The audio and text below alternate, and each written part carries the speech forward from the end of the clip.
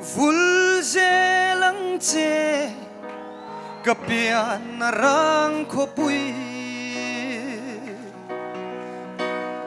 wal rang loi na kai pui choi ve lung du len rual limte akan lena lung lai lua tu kan vang ko pui isak min rang ko pui o amoy chuange kan lim kan lo zalen nau fa matiang sonin theilai kan vo i chunga lim nui ri aleng vele vul ze lang che kapian rang ko pui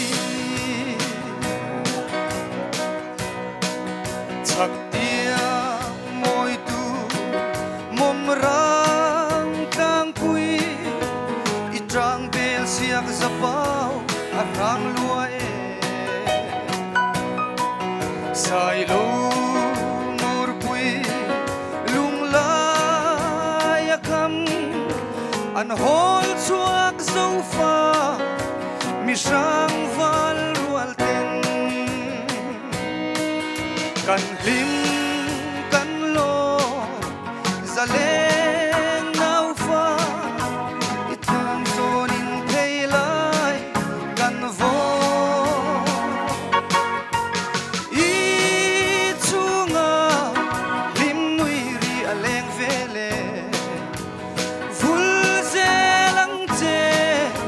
kapian rang ko pui thang sa pui dar fe val rual loi na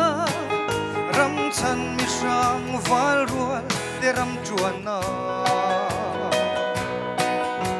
adai lovang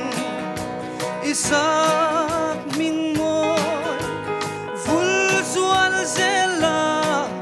kanti isai leng ten zai tin vora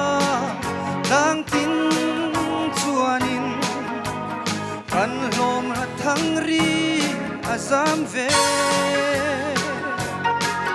lim na le lom na alo luang zele vul ze lang che kapian rang ko pui